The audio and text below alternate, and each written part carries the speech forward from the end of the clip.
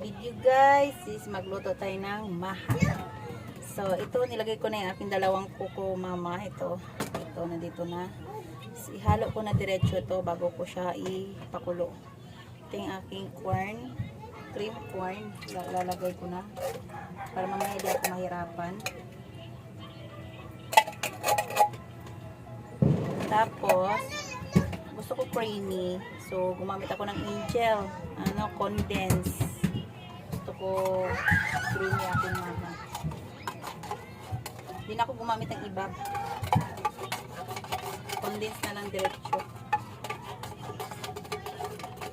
Akin lang to ha, version ko lang to. Wala. Tapos tikman ko siya kung ano ba. Sakto na ba siya sa tamis. Para mamaya di ako mahirapan. Kasi kung kulang siya sa tamis, maglalagay tayo ng konting white sugar. Simutin natin kundi sayang. Wait, ito may sandok tayo.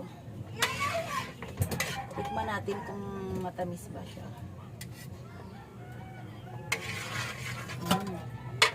Sindihan na natin ng maglalagay ako mamaya ng konting white sugar. Kuluin natin to. Tapos ito ready na yung aking cornstarch. Ready na. Ano to? 1/4.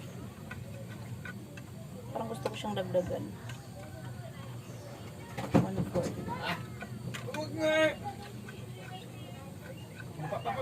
Natayin kumulo na yung aking gata tsaka yung corn.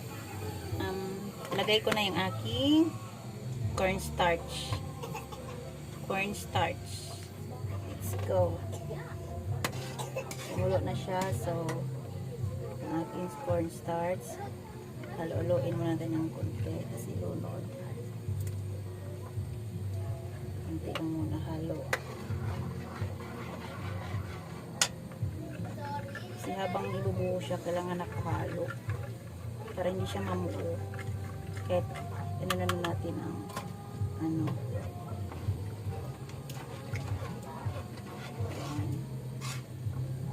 wait natin na hanggang mag-sticky siya. Kailan yung kapagod sa maha yung halo ng halo. Kailang hindi ka pwedeng tumigil sa paghalo para pantay. So wait natin mag-sticky. Lapit na siya guys. Sakit na siya sa brazo. Saglit lang siya lutuin.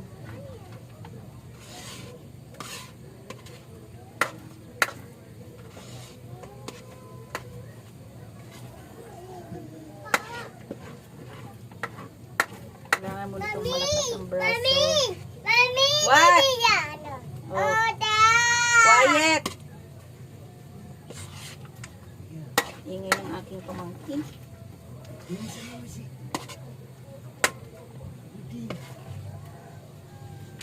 Ay, sakit sa braso.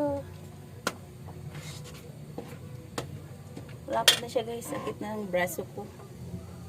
So ready na pala siya. Gumamit ako ng plastic. Hirapan ako sa sandok ko.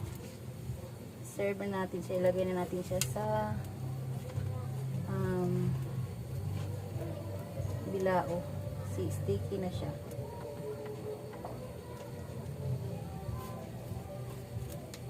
Sakit ng braso.